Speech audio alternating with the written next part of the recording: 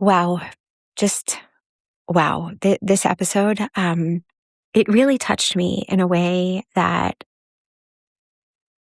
look, all my episodes are meaningful and powerful, and I love having conversations with people. So like, I hate when people are like, oh, this was amazing, and this was so powerful, and this was, okay, yes, all of it was. And I love each and every one of the conversations that I have. And this conversation that I've had with Marla here, just about her upbringing, her view on life, all of the pain and grief that she has been through, the way she approaches it through this multi-sensory, multidisciplinary, okay, that means like through lots of different lenses, lots of different ways, the way she approaches it, where she tries to heal herself and her body, and how she's tried to take that pain and that journey and try to use it to help other people in the work that she does now. It was just really powerful. There I am again, using that word again. It was just really powerful for me. And I hope that it will be powerful for you too. Here is, I don't know that I can call her my friend, because like, we don't chat about like what we're making for Shabbos or, what our kids are doing, but I really consider her to be a friend and a role model. And I deeply, deeply respect her. I'm honored that she is sharing her journey, her fertility story in this public way with me, with all of you for the first time. Take a listen. Hi, I'm Dr. Aimee Barron, the founder and executive director of the nonprofit I Was Supposed to Have a Baby. On this podcast, I invite different people to join me in conversations about infertility, pregnancy loss, infant loss, surrogacy, adoption, and so much more. We laugh, we cry, and we challenge the Jewish community to think differently about a topic that has been shrouded in secrecy and shame for so long. So join me as we talk away the taboo. I am really excited today to bring you someone that I've actually known for a little while, but I don't think, Marla, I ever really knew this side of you and your story. I think I actually first learned about you. I don't even know if we spoke about this beforehand, but I think I first learned about you during COVID, because you were doing these like 20-minute like quick workouts for people that you were posting online. And I was like, oh my God, that's amazing. Like, I should totally do this. Like, I totally have 20 minutes in my day. And I didn't even, I was so overwhelmed with life. Like, I couldn't even find the 20 minutes to dedicate to that. But I remember seeing, like, that was sort of the first time I guess, saw you. Right. Online, so to speak. And then you and I spent Pesach together in a program. And I got to, like, our families got to know each other, and we got to know each other a little bit more. And then, when was it? Like, I think it was a few months. Well, there was a post and kosher.com, and then sharing food that's comforting. Yes. Opened up the door. Correct. Okay. I was trying to remember, like, where did we start professionally connecting? Right. So we, I Was Supposed to Have a Baby, we started a number of months ago, this initiative called Gentle Kitchen, where we are sharing recipes that are like very few ingredients, like get you in and out of the kitchen really quickly, but just to have like a tiny, like, feeling of accomplishment in the midst of pain and grief, and to be able to nourish your body and not to, like, order takeout every 5 seconds. And like, they're not stringy recipes, as I always say. Like, they're make proteins, carbs, and desserts. So like Marla, who you're going to hear about, and you're going to hear about her fertility story, and also her entire background of her professional career, maybe not the entire background, but pieces of her professional career and how she landed where she is. But Marla, hold on. Maybe like, I'm not sure why I'm introducing you when you can introduce yourself. So I'm going to stop talking. Tell people who you are and like that piece of it, and then we'll launch into the fertility stuff. Thank you for the opportunity, and I'm glad we're doing this. I am a 40-something-year-old Orthodox woman living in New Jersey, and I do a lot of things. I own a fitness business, like you said. I'm a trained vegan chef because I am vegan. I deviate sometimes for fish, but I digress. I have been a fitness instructor since college, helped Wow. put me through just college with being raised by a single mom. And I'm a doula, a lactation consultant, a health coach, and I'm also a marketer. I'm a trained marketer with a background in nonprofit management. I've worked for Jewish nonprofits for 25 years in marketing operations and strategy, and I'm currently also the COO of One Israel Fund, which is a total gift and a blessing because I believe deeply in their mission, among many other missions. And my life is devoted to things that bring joy in my heart and serving others. And that's what I'm wired around. And that's a little bit about myself and my active professional and personal interests. You are a real Renaissance woman involved in like a million different pieces, which I find to be so fascinating. And we're going to get into some of those pieces, but we connected on this level. And the reason why I wanted to bring you onto the podcast was because you have a fertility story, which which I knew nothing about. So I guess if you can you take us back? Like you said, I also didn't know that you were raised by a single mother, but can you take us back to a little bit about your background, a little bit about, when you met your husband and your community and so on, like when you were thinking about having a family, like what did that look like for you? What were those hopes and dreams like? So, I was raised like Reform, conservative, really devoid of any religion in my household.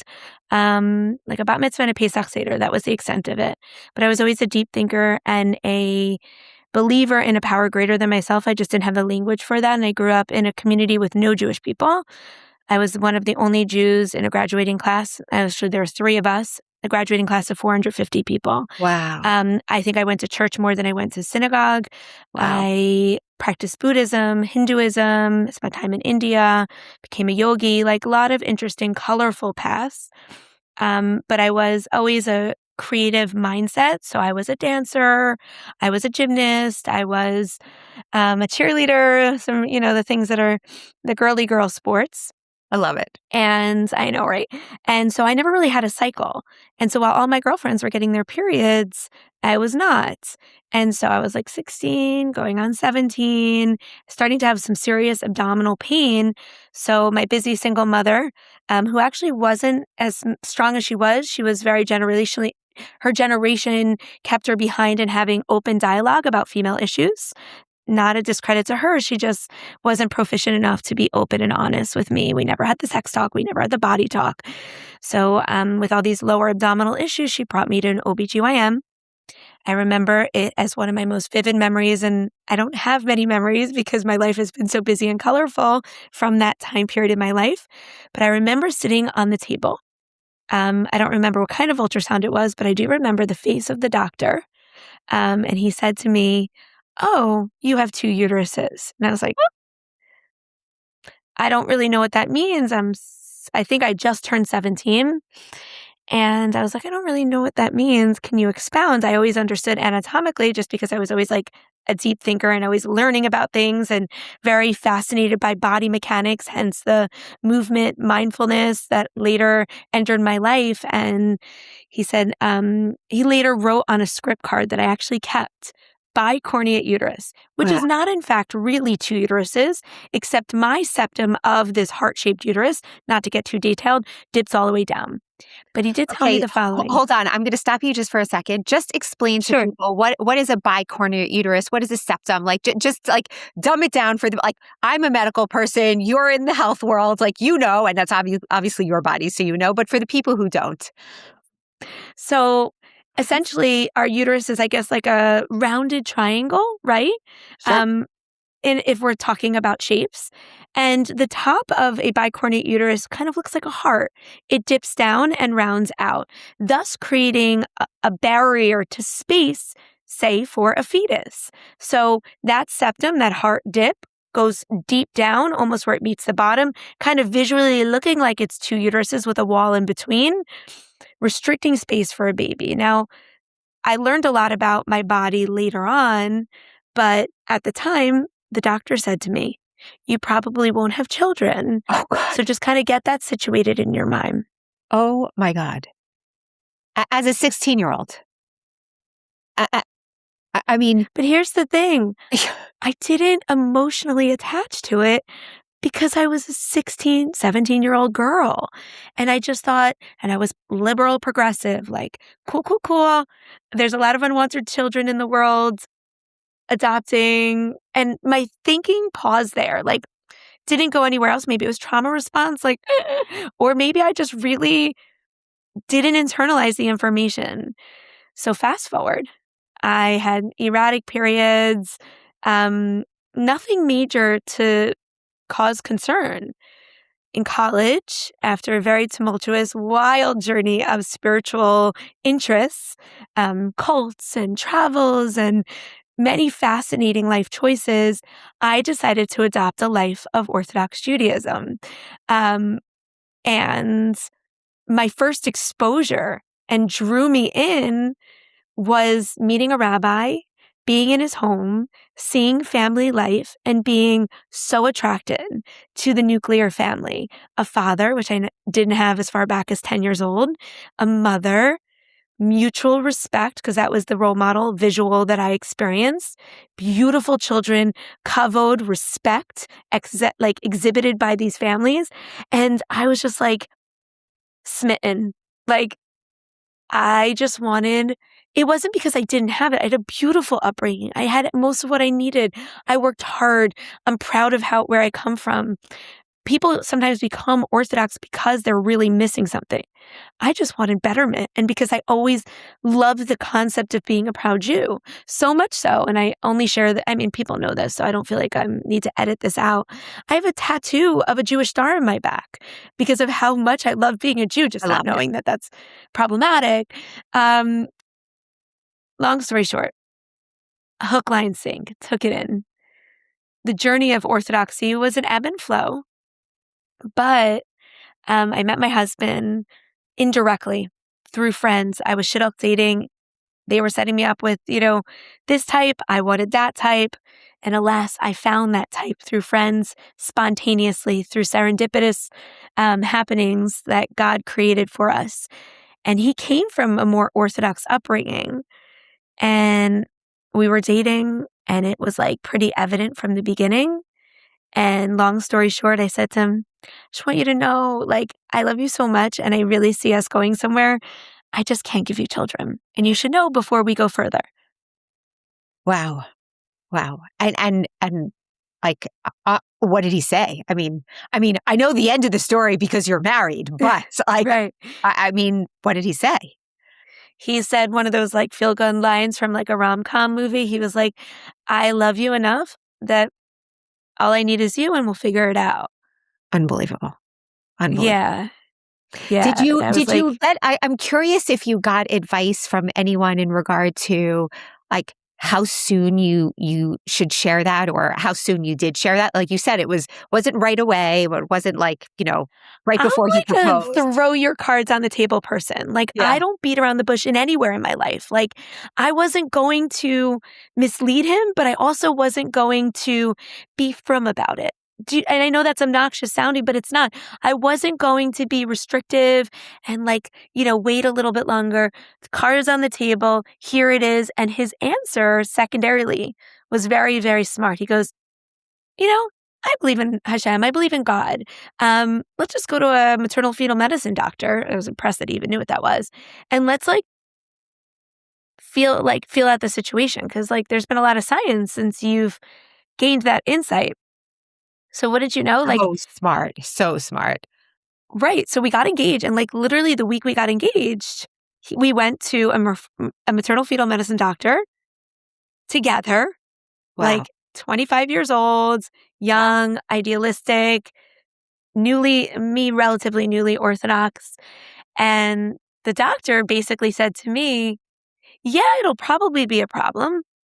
You have a higher risk of miscarriage and later term loss and fertility possibility issues, but we'll start fertility treatments early on. So don't delay if you want to build a family. You'll come back to us. Love it. I mean, like it's so interesting how and I think this speaks to the real power of just advocating for yourself and making sure that you're getting good medical information when you get Right. a diagnosis, and also speaks to the idea of always getting a second opinion, which I'm like a very big proponent of. I actually always say, I mean, Agreed. I always say also maybe even a third opinion, because like if two people, like if you get two opinions Totally. and they're wrong, let me say that differently. You get two opinions and they're both different, then you need a third to kind of like weigh in and figure it out. So Right. yeah. Like, what's the greatest? And the truth is, you should know about me. Just you'll see this in the context of next steps, and for the storytelling part, I'm a really big naturalist. Like, I appreciate modern medicine, I really do, but I'm a very moderate, balanced mindset. Meaning, I don't necessarily go full force Western meds. Wow. Like, I've heard so many wild stories, not only about fertility, but about, wellness, that I was willing to also do the, voodoo practices and have in other areas of my physical wellness. So that was also on the forefront of my mind. And where it goes from here is even crazier.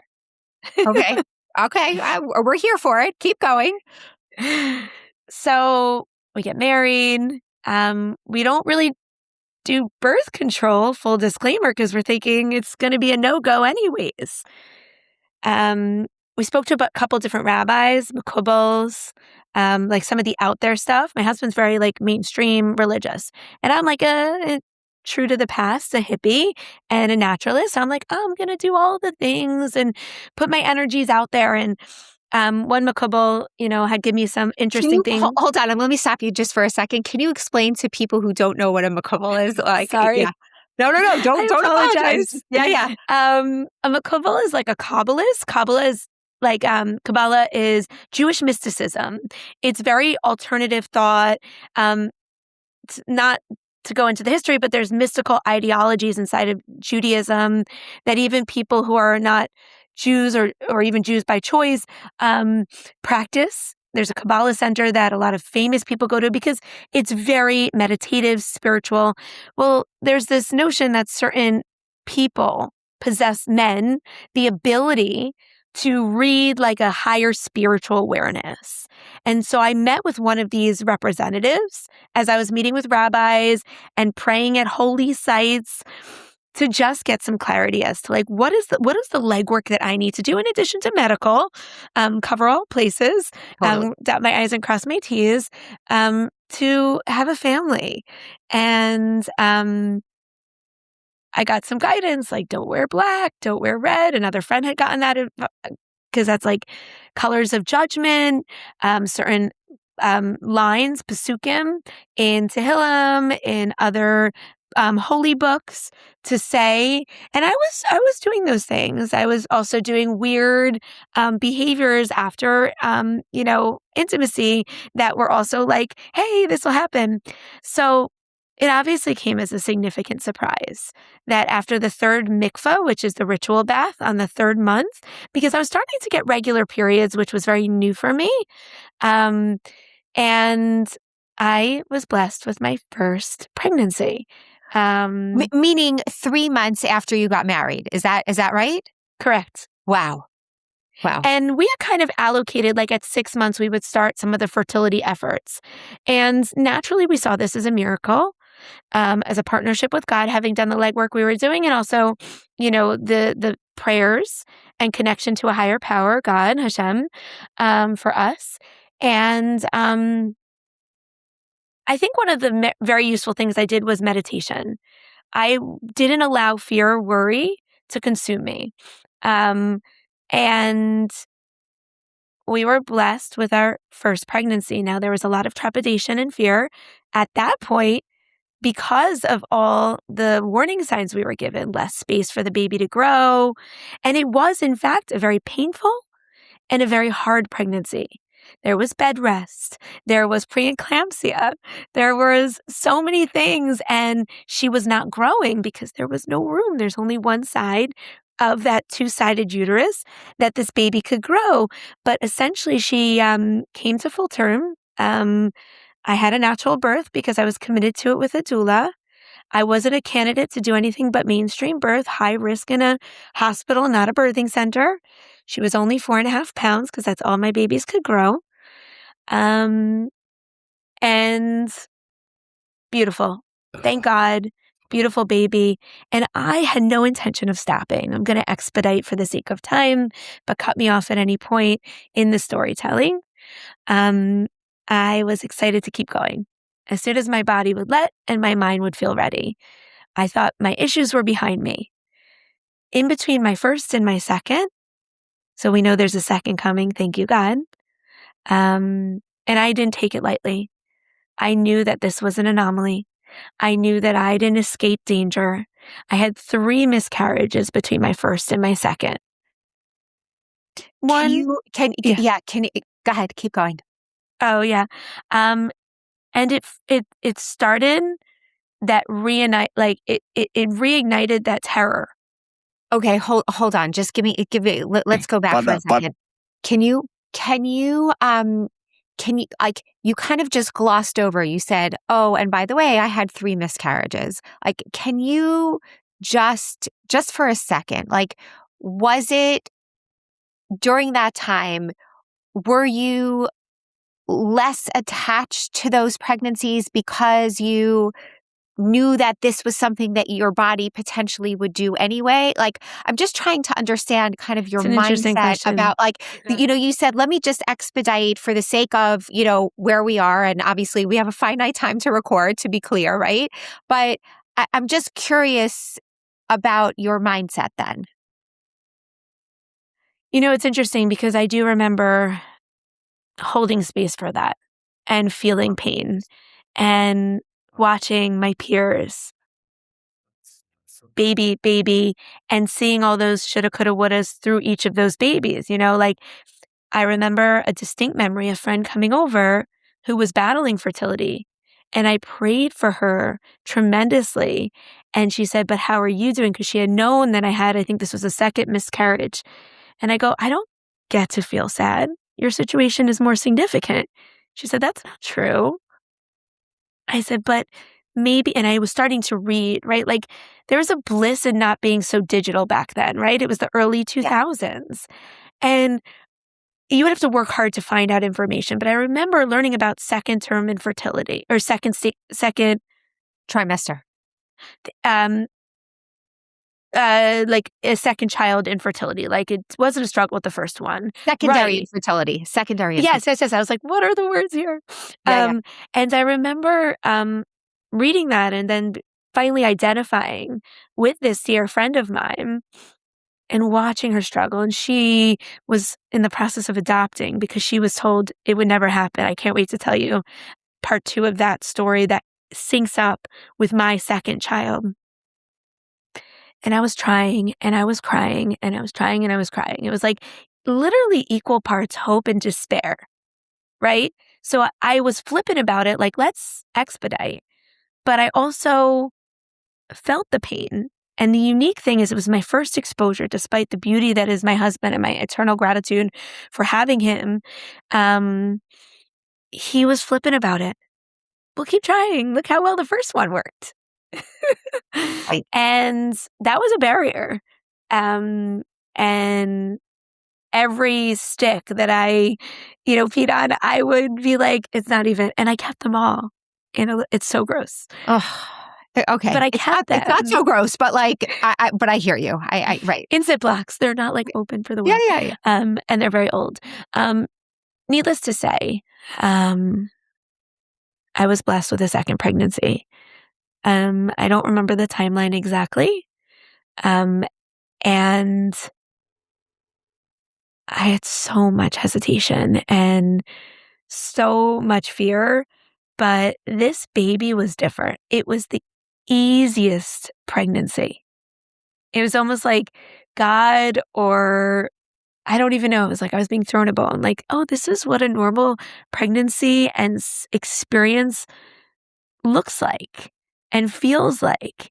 And I was in chronic disbelief. I was also really overwhelmed and busy and tired with my first child who just never slept. And, trying to acclimate to community and really shocked by this stroke of luck, or I don't know. I mean, is it even that? But I didn't take it for granted. And I prayed like I've never prayed before through that pregnancy. And I'd gone into labor, and this friend who was battling fertility issues was always very cynical about segulas, which is, in translation, doing certain spiritual practices in the spirit of helping somebody else through intention, I guess. So a segula is a spiritual practice that is done with the intention of helping another person, because there's this notion that we're all one big community and we have a responsibility and achrayus to one another. So I had read in like these spiritual motherhood books that if you call out the name of a woman battling fertility when your baby's crowning, that's a segula that she should be blessed with a baby. Wow. Now, my friend was naturally very cynical. She's like, that is the most ridiculous thing and scientifically not even possible. So I'm crowning in the elevator as I'm pushing this baby out. Oh my God, in the elevator. Like, I feel like there's a whole other podcast to talk about like the experience of like, what do you mean you were crowning in the elevator? Like, what? Oh, the births. This birth was unlike anything I've ever seen or heard. And as a doula, I've been to many births to know that or read about it. Yeah. And so I run into the room, waddle into the room. There's no doctor there. The bed hasn't been broken down. I catch my own baby, and as I'm about to catch her, I scream out this woman's name. So not only did this baby, her name is Emuna, which translates to faith, be born in her call, in her amniotic sac, which is incredibly rare. Wow. But 9 months to that night, my friend who was battling fertility gave birth to her first child after adopting 2 children. And she had been told both her and her husband were unable to have children. And chills. And she's chills. Yeah, it was a crazy story. So that was a crazy birth and restored a lot of my belief that my body could do this, that I can have children without issues. And it was so, I don't want to say it was deceptive, because it was a blessing. It was my faith, hence her name, but it was our faith, our collective faith. But she slept through the night, like perfect baby. I thought like, okay, I don't have to worry anymore. So I kept going. I was going to say, it's so interesting, right? Because I've listened to so many stories over the years, and and also my own story. And I think like we sometimes like, we have these experiences that happen in our lives in relation to our fertility and a million other things where we say like, oh, it must be that that's a sign, or it must be that like I'm getting paid back, or I'm getting rewarded for like, it must be happening because of X. And then when something doesn't happen in the way that you expect, or it happens, and you are taken aback because something horrific happens, we turn it around in the other direction. We're like, what did I do wrong? Why did I deserve this? How come this is happening? What's going on? And it's, I just find it very interesting that we do it on both sides. Like we do it for the positive and we do it for the like difficult and painful. And it is, and we also know though that God is not transactional, that God doesn't do things just because you pray harder or just because you like Totally. do that segula We or play God. We Right. play God. We think that Right. if I do this, it's like a transaction. It's so problematic. Yeah. And we do it anyway. And we do it anyway because we're human, because we're like trying to understand It can't make sense. why God does what he does. Yeah. Yeah. It's so true. And like, I look back and I think like, and we do it today, it's true, but like with age comes that wisdom that nothing's in our control. And what I do is it's not reciprocal. Like it doesn't, if I do this, it doesn't turn out. There are a lot of good people. Like it's like that age old book, like why do bad things happen to good people?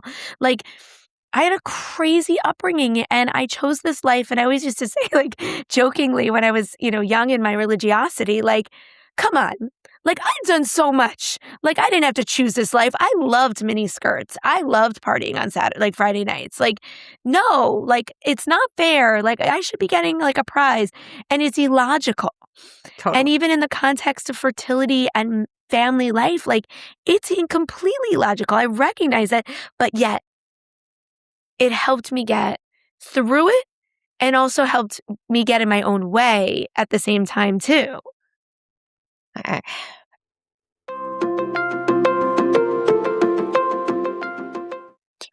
Hi, everyone. It's Aimee.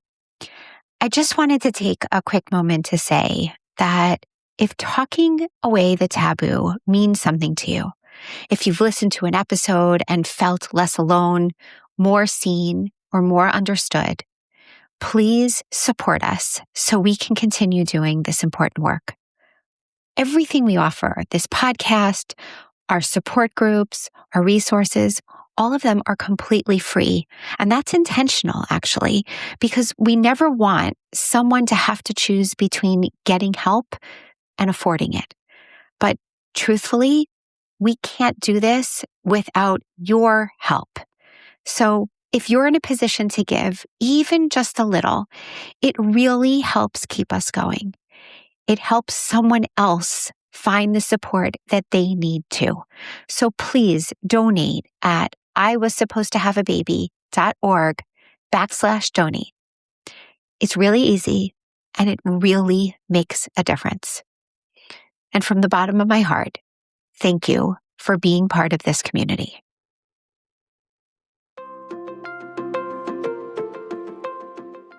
I mean, because this is what it means to be human. Like we are, like to be human is to be, constantly searching for answers, trying to make sense of the unsensible. Totally. I don't even know if that's a word, but that's why faith is so powerful. Like, I always believed in something. That's why I like never understood somebody who just has no faith. Like I am past the point of thinking what anybody should do, even in the professions I'm in. Like, you don't like the state of Israel? Don't like it. I'm not going to convince you. You don't want to work out? Fine, sit down. None of us have control.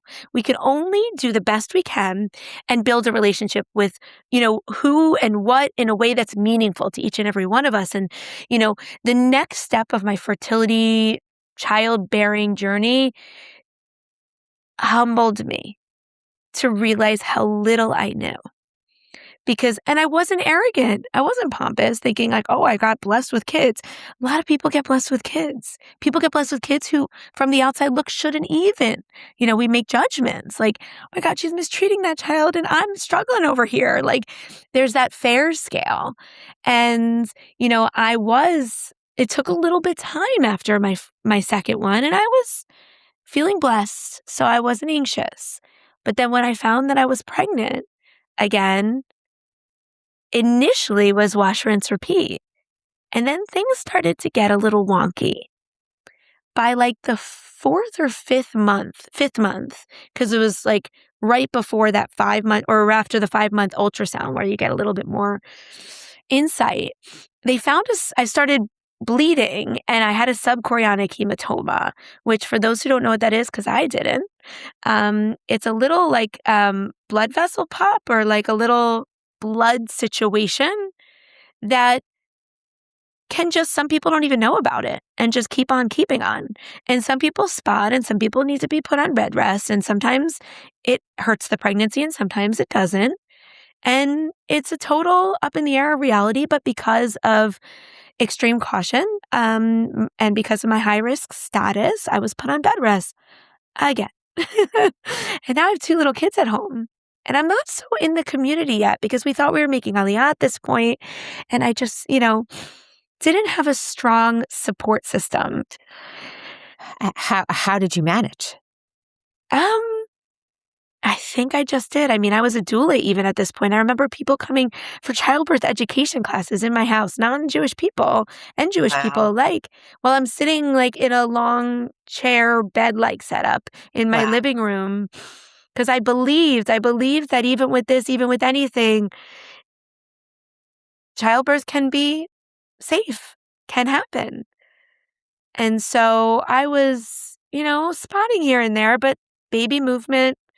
I get to about 7.5, 8 months, and one night, something doesn't feel right. Instincts aren't cool. And I go into the shower at bedtime, and a huge gush of blood comes out. Oh, no. And it's like 12 a.m., 2 kids at home, sleeping. And I said, you know what? It doesn't feel good, but I've read this can happen. Let's just chill, and we'll go in the morning. And my husband goes, and he's not an alarmist. He's like the chill one in the relationship. He goes, I actually don't have a good feeling about this.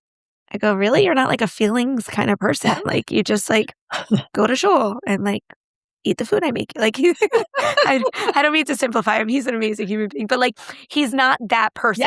Yes, right? yes. No, there are some people that are very emotional and perseverate over things and like need to analyze, need to this. And there's some people that are like, just take things at face value and kind of like go on with their lives. So yeah, I hear it. Yeah. So he goes, we're going now. So I call my mom, who lives about 20 minutes away, and she stays with my kids. And we get to the hospital. And there's fetal movement and things okay. But then they find that it bursts, the subchorionic hematoma, and there's about 2 liters of blood trapped between baby and something else. I don't remember the details. And it's at a hospital that is a Catholic hospital. And this is what I remember. These are the little pockets I remember because it's few and far between. They say, we have to go into emergency delivery. We're going to put Pitocin in. We'll give her Dilaudid, which I guess makes you a little like tripped out. Loopy. Yep. Which I've never been drugged before. In that space, I had these natural births. Never had Pitocin. I remember this hospital, like a hospital rep saying to my husband while they're prepping me and needles and things that I've never even had an IV. Oh because my gosh. I was never strep B. I was strep B positive with my second, but because I came so hard and fast, I didn't need to get There's no time. Yeah. Correct. Okay. And so I never had an IV, so I'm getting an IV. I'm getting prepped. They're moving me to LNG. And I hear them say to my husband, if something goes wrong, do we save mom or baby? Who says that? I mean, apparently that's normative in Catholic hospitals because it is a decision. Whereas in like other hospitals, always save the mom. Like, I don't know if that's the exact words they use, but it's something along those lines. And I remember hearing it. And my husband's like, the mom. Right. Oh So, my like, goodness. Trauma exposure 1. At this point, I completely don't remember anything except delivering the baby, feeling the baby come out.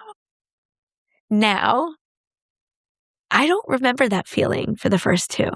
So it always shocks me when I reflect. And I did trauma therapy. I mean, I've always done therapy. I love therapy. But I did therapy after. I remember like that was a real sticking point. Like, what does that mean? Like, I don't remember the delivery feeling of the first 2, but I remember that feeling.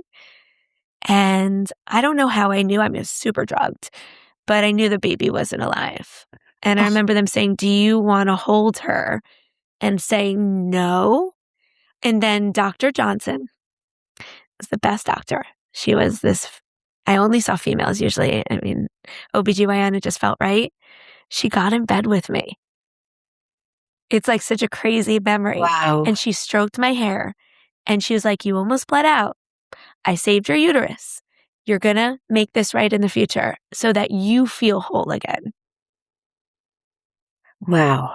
like I could cry thinking about like the sensitivity and the compassion for her to say what she said. My husband had to leave, had to bury the baby because I didn't know that was a thing. And I think I checked out. I went home like later that night. They don't have you stay over, which is actually crazy. Totally insane.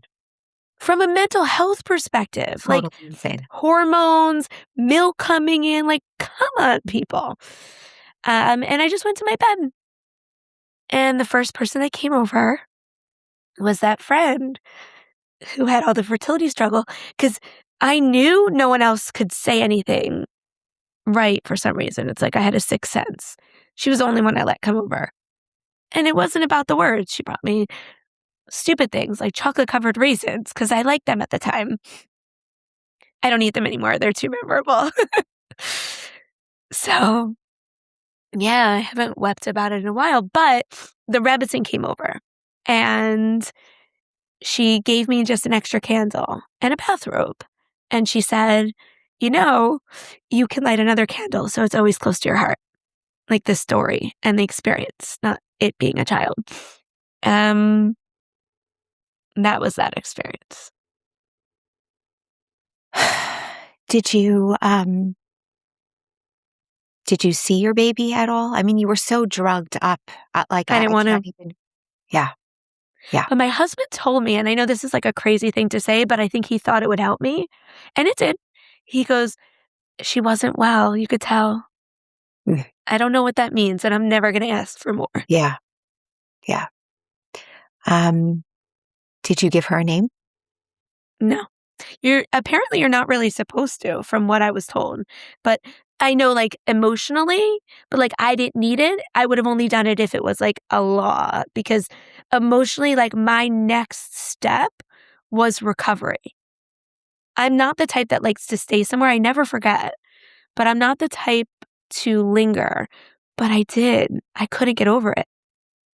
Yeah. They gave me antidepressants, which I never had before, but I did try them for a couple months.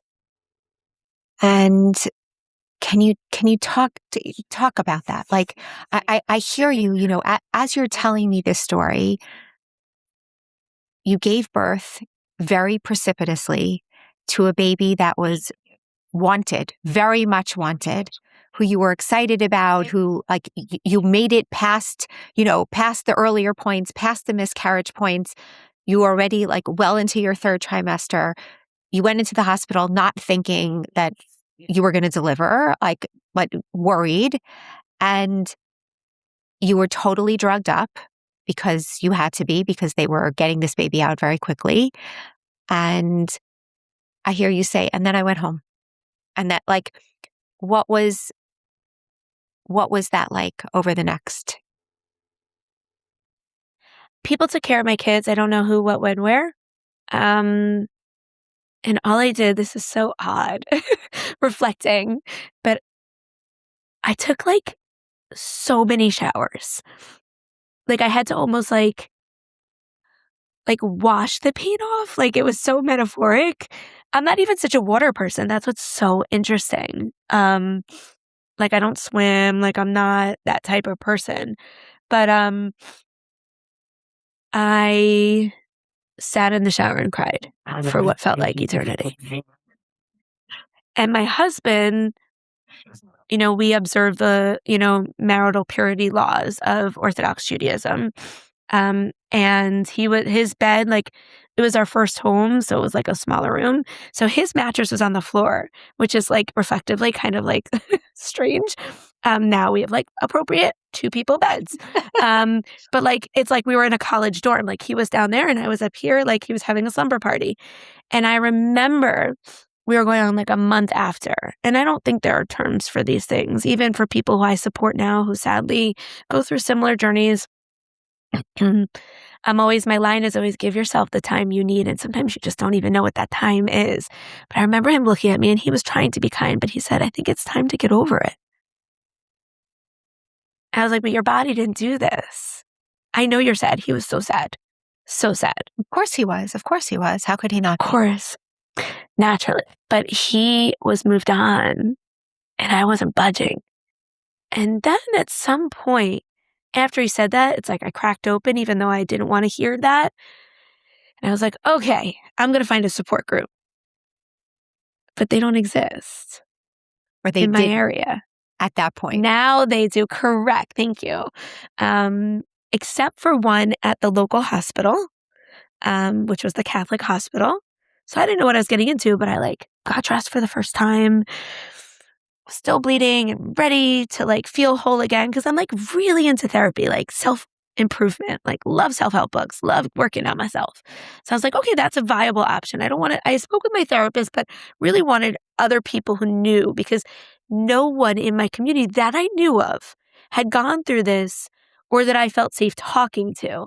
So I was like, these are total, they're strangers. It could be safe. So I'll tell you the really quick funny story because I think that viewers might appreciate this.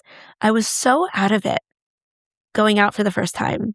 It was conference room A, but I walked into conference room B and it was people in a circle.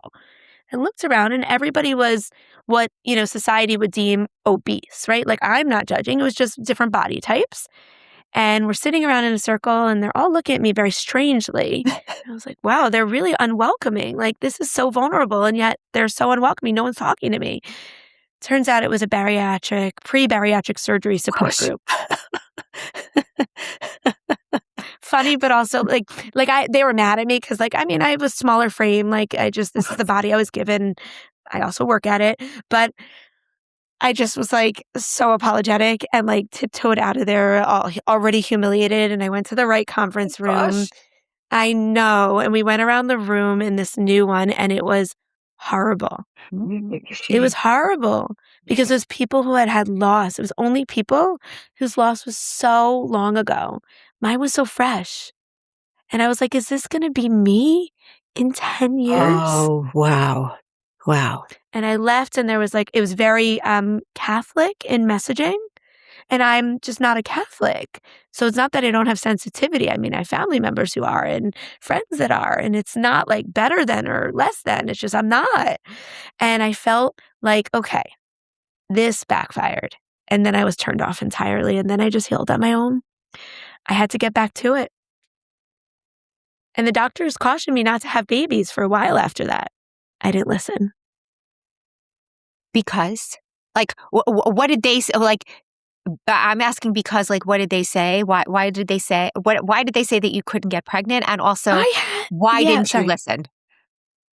I had this really jerk of a doctor who, and this is the delicate nature of the medical practice. I'm a human being. I had loss. I don't want to say end on a high note because that's so insensitive, but I wanted joy. I had joy. I wanted joy. Yeah. I had all these mixed messages from 16 years old. At this point, I'm almost 30. And I wanted to have another baby if they saved my uterus. And they're like, too much trauma on your uterus. Give it a rest. It could happen again. I was like, give it a rest?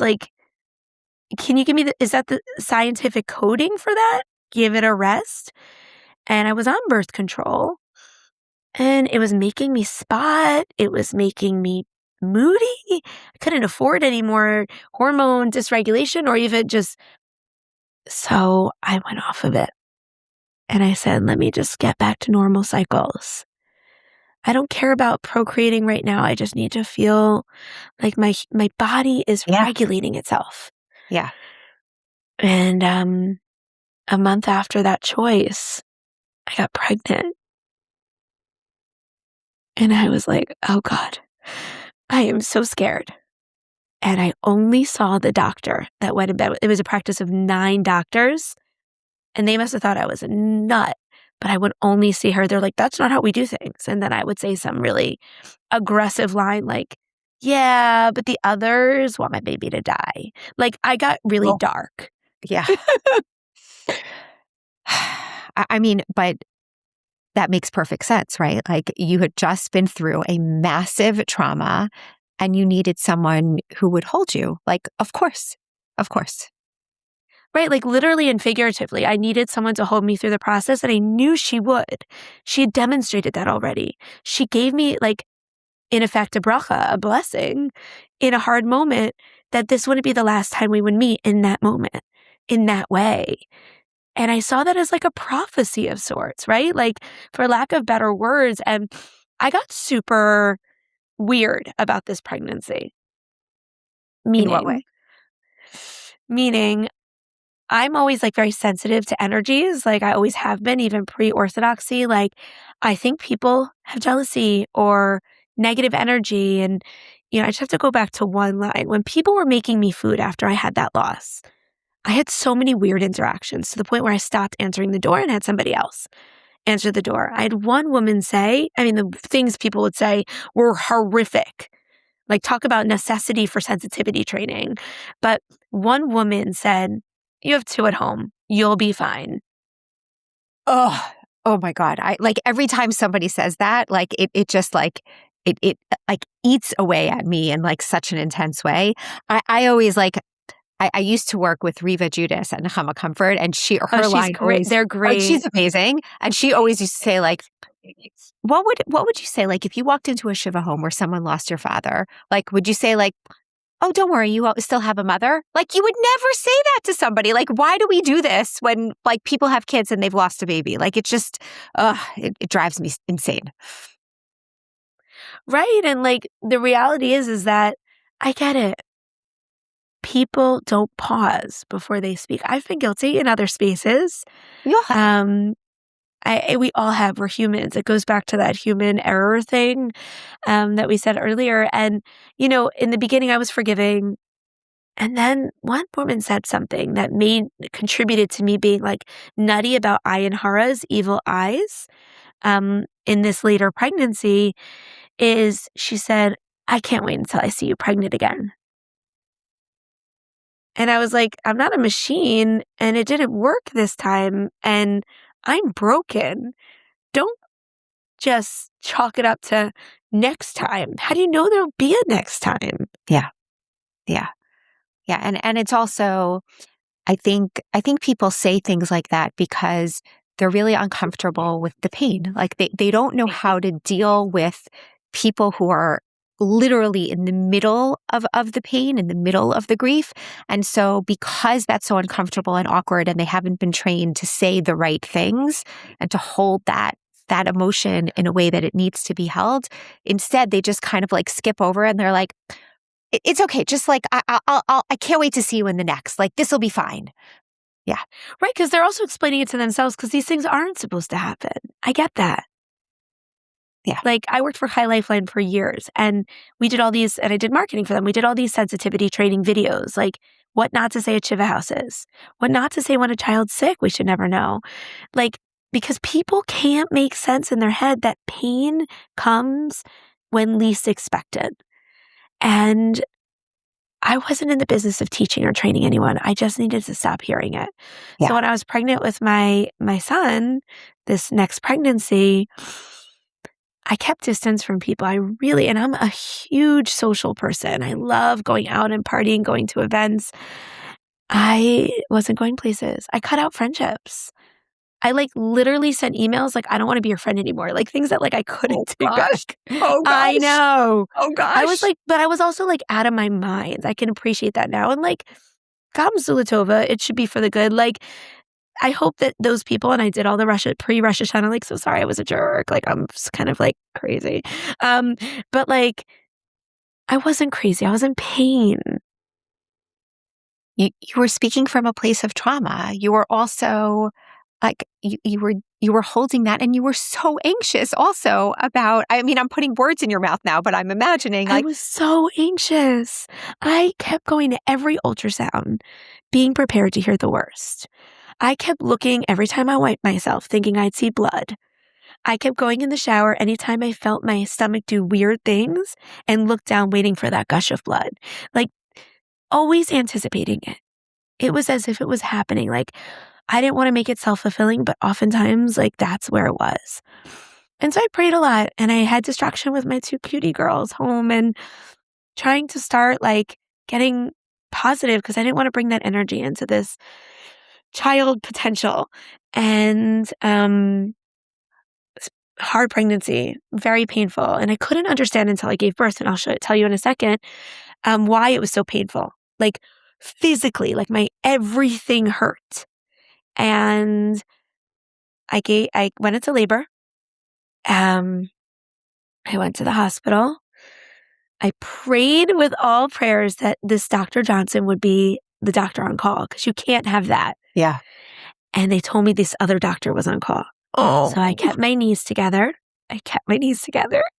I did everything I could not to go into labor, like for real labor. And my other one was considered like an explosive birth. It was so quick that I was like, this is terrible. Turns out I get in the car with my doula and my husband. We get to the hospital, shift change. Dr. Johnson comes on. I get into the room. It was the most painful birth I have ever could have imagined in a million years. I was like, come on. And I was like, even considering an epidural, and I was like steadfast, when you're an idealist and young, you're like, these are the things I believe in. But like now I would be like, just drugs. And I gave birth and something happened when I pushed him out, which is something I don't even remember doing, but apparently everybody told me I did. I just kept screaming, he's alive. Wow. And Dr. Johnson looked at me and she goes, I told you I was going to stop at nothing to make sure we had this moment together. And I named him Natano, which is a gift from God, because it felt like that. Needless to say, it was like the hardest baby in the world, allergic to the universe, vomiting every second of every day. But like, who cares? I got a live baby. Yep. And yeah, there is something like so, like, having had that experience myself of having a live birth after many losses, it just like having that moment, it's so incredibly intense and beautiful. And yeah, it's true. And it's a crazy thing. I think I'm remembering my words. I think I had more miscarriages. I have to ask my husband. I don't remember. But it doesn't even matter, because it's not about quantity. It's about the journey. And I just look at that time. I mean, how many years out? My oldest is 21. Then I have 20 and then 17. And it feels like yesterday, but I also feel so far away from it. And I never talk about it. No one really in my life now knows so much about it. Unless, is a moment. I never told my kids, right? Like no one knew that. It wasn't appropriate. I wanted to keep their hope intact. I want them not to go into their childbearing years with fear. And one time my girls were like in, I think middle school, high school, and they finally realized it. They looked at that candle, that extra candle I light, and my one daughter goes, is that because you weren't religious and there's a thing about lighting an extra candle if you didn't keep Shabbat, the Sabbath? And I said, no, I actually light for the baby that you never met. It was like a tear fest. It was like so sad. And they're just like, why didn't you tell us? I was like, it's so not appropriate to tell you guys that. And I think they don't really process it, and I hope they don't. But I had to tell them, right? Of course. Yeah. But they don't know the other details about all the other things. And, I'm just so grateful. I'm grateful that I am here now. I everybody makes decisions about their experiences in terms of, what they share and what they don't share. And there's no right answer. There's no right answer. There's no right way to do this. The right way is what feels best for you. But it's interesting. I'll say all the way on the flip side, because of the work that I do, right? My kids, my little ones, but everyone, my whole family, everybody knows. And we talk about at the Shabbos table, people are talking about, oh, Aimee, remember when you had that miscarriage? I'm like, you weren't alive when I had those miscarriages. What are you talking about? It just comes up in conversation. And we we also actually, many people who listen also know that on social media, I do like Parsha of the Week, but make it fertility related. So often around our Shabbos table, there's like a contest, sort of like who can come up with the best like 30-second of our Torah of like Parsha of the Week, but make it fertility related. But but it's because of the work that I do that we're just also open about it. But yeah, I get that. But it, like everybody chooses what feels most comfortable for them.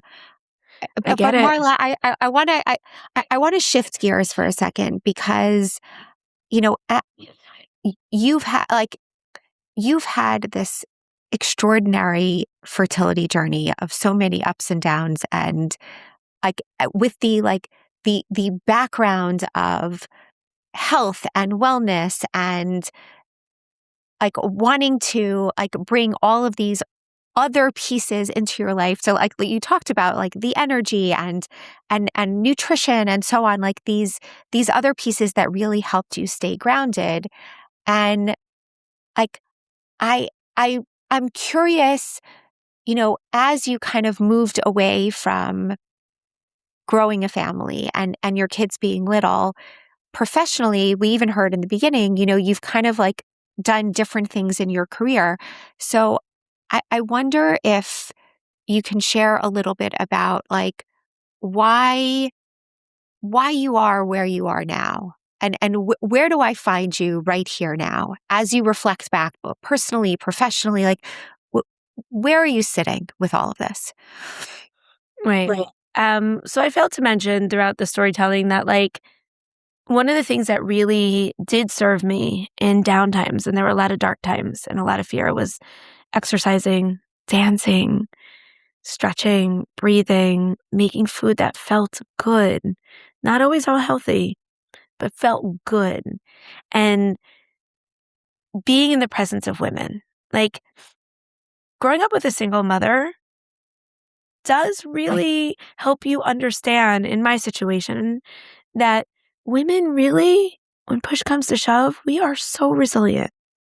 And so I just like organically, it was like very serendipitous. Like I didn't like, you know, some kids like when I grow up, I want to be a lawyer. Like I was never that way. I didn't know what I wanted to be. I was a literally free-flowing, free spirit hippie. Like I'll do a little this, a little that, like gigging, you know. But every gig, every single thing I did, as far back as I can remember during these struggles and where I am now, is in the service of women. I wish I could go back and be a midwife. I should go back to doulaing more. But everything, whether it's getting women to move and realize how powerful they are. I said so many negative things to myself during that time. I'm broken. I'm not a decent wife. I can't even be present for my kids. I'm a broken mother. Everything's broken. And that negative self-talk, I had that like aha moment where I said, this must stop. If I'm struggling this much with circumstances that generate these outcomes, I gotta believe so many other women are grappling with this as well. While I'm not a clinician or have a lot of letters at the end of my name, I have tried to pour myself as a tikkun, as a fixing for me, but also in a genuine interest for helping others, like meet women where they are. Being a good friend, which I've had to learn the hard way. I've chosen a lot of bad relationships in the interest of fixing people. And now it's about professional and personal of just being a good woman to other women in whatever they are, meeting them where they are, and also meeting myself, right? Like I'm 47. I haven't always been good at being a good woman. I haven't always been the most honest, the strongest, the most capable, the most consistent. I'm very chaotic. I jump from gig to gig. But in the past 5 years, I would say, I have been extremely devoted from this hardship and other hardships that I just want to be a good woman and help raise us up in whatever way that's meaningful to me and others. Does that make sense? It doesn't have to make sense. So first of all, it does make sense, but it doesn't have to make sense to me. It only has to make sense to you because, you know, we each have to do the things that fill our bucket as opposed, right? Like Yes. that's the only Yeah. thing that matters. Yeah. So can you, like, what are the things that fill you? I mean, you've shared a number of the pieces, but now professionally, personally, like, what are the things that fill you? How do you get yourself out of whatever funk it is that you're in?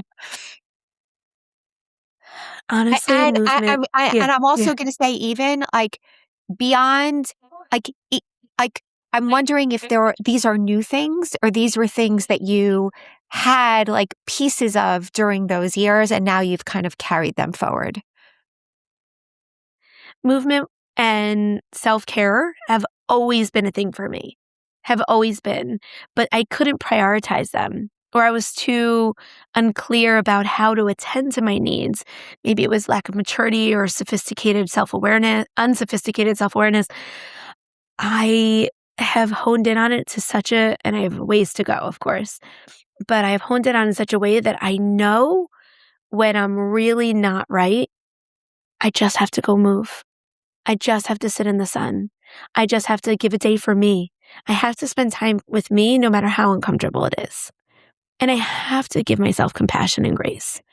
I know those are buzzwords and I know they sound so cliche, but it's truly that. When people hurt me or I feel hurt by a situation, I think it's because I did something wrong. And it's because like I felt wrong in those times of like that loss of not being woman enough, if that makes sense. What do you And mean by now, that? What do you mean by that? from early on, I really thought not getting a period like my friends, not being able to bear children, not being able to hold pregnancies, having those losses, like, I guess I'm just not a woman enough. I don't know what that means. Maybe I'll journal it and unpack it further. But I just felt like something is broken. Or sometimes that playing God, so this is my punishment because I did so many wild things before. Wild things like traveling and, misbehavior, and doesn't matter what it is. But I did it because I was just trying to understand and experience life, good, bad, and indifferent. And I equated a lot of the misfortune in those years as brokenness and the punishment I deserved. And I obviously don't think that way anymore. But when I am in dark places now, because we all have them, or if I get reflective, or I feel like a really crappy mom, because I really do a lot of times. And I think that's just honest. I think many people do. I was going to say, because we all do, because we all do. We all do. I mean, listen, I committed myself to an Orthodox lifestyle. I followed the rules. I put wigs on and did things that like I actually didn't necessarily believe in at major chunks in time. And two of my three children basically said no thank you to religion and got kicked out of high schools and this and that and like so much struggle. And our home is not chaotic. They get 3 meals a day, family dinner's non-negotiable, constant check-ins. They never need anything. Maybe that's probably part of the problem. They always got whatever they need. I worked 3 jobs, to meet the needs of yeshiva tuition and fancy name brands. Like, I really do believe, and this is not delusion, that I tried so hard. And still to this day, I sometimes think, not a good enough mother. God probably did that because I'm not so good at the job. But I work on it and I take care of myself and I find people in my life that hold me up in the way I hold them up instead of me always chasing, which I did for a long time. I think, what you're describing is like just a very human emotion. Like I think it's what we all do. We all, this, part of what we were talking about earlier.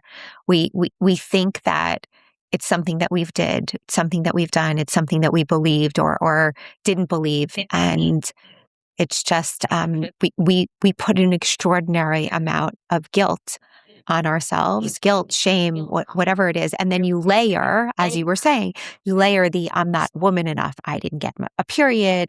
My body is broken. My this, like I hear it. I hear it. And, I mean, I know that that's not the way you feel anymore. And like, it's something that so many people so many people sit with also. I know that your experiences and your story are so important for other people to hear, because so many of these themes are things that so many people carry. I, I'm wondering, as we close here, I'm wondering if you could speak to those people, all of those people, and I think you've done a bit of this already, but very pointedly, for the people who are still waiting, still hoping, or still very much grieving, and still very much in that deep, dark place, and thinking maybe they're at fault, maybe that they've done something and they're having trouble finding compassion for themselves. What do you say to them? So I don't think there's a one size fits all when going through the struggle. What I needed to hear during that time with all the uncertainty may not be what somebody else needs to hear. However, I wish more women understood that it's not bad forever. And the good may look different for every person, right? Like, it may be in the form of this child or that many children or an adopted child or surrogacy or whatever the arrangement is. I know nothing, right? Like I each year I get older, I know less. But I will say to those women, and the women, not something like, basic, like you're not alone, but it's not bad forever. There is light, like there have to be those cracks, like the Leonard Cohen line, there have to be those cracks to let the light in. And those cracks are so debilitating. They knock us to the ground. I wish I gave those cracks more attention instead of running away from them, hating them, and in turn hating myself. Look straight at them. Open them a little further so that the lights come in, because the light does come in many different ways. Believing that truth, as abstract and open-ended as it is a manifestation and a hope that I never let go. As down as I was and as down as I get, I have to believe that through every struggle, there are doses of light that transform us and get us to the end with satisfaction and wholeness. I think only when you know struggle can you say, like, I hear you, I see you, and it will be okay. Might not be exactly okay the way we understand it or society tells us it to be, but there will be good. There will be good. There has to be good. There has to be good. And every moment passes. Like I think that there is the depths of the pain, like that, the deep, dark experience, the deep darkness of it in that moment, it doesn't last forever. And that there is those cracks. The light does come in. The light eventually does come in. Yeah. Yeah. I'll add just one small short anecdote. My grandma, who was not Orthodox, and very watered down Jewish identity, she had a sign in her kitchen that said Gamze Ya'avor. And it's the only thing she always repeated. Like, of all things, all little quotes anyone could say. How would you translate Gamze Ya'avor? This too is for the good, pass. right? This too will this pass. Too will pass, right? Like, that's a common line in like 12-step recovery, mental health support.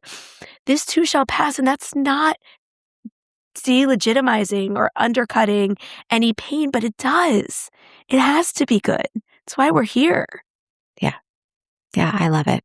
I love it. And I think it's so, so powerful for people to hear, because we all know it's hard. It's hard to dig your way out. It's hard to dig your way out. And especially from someone like you who has been through so much.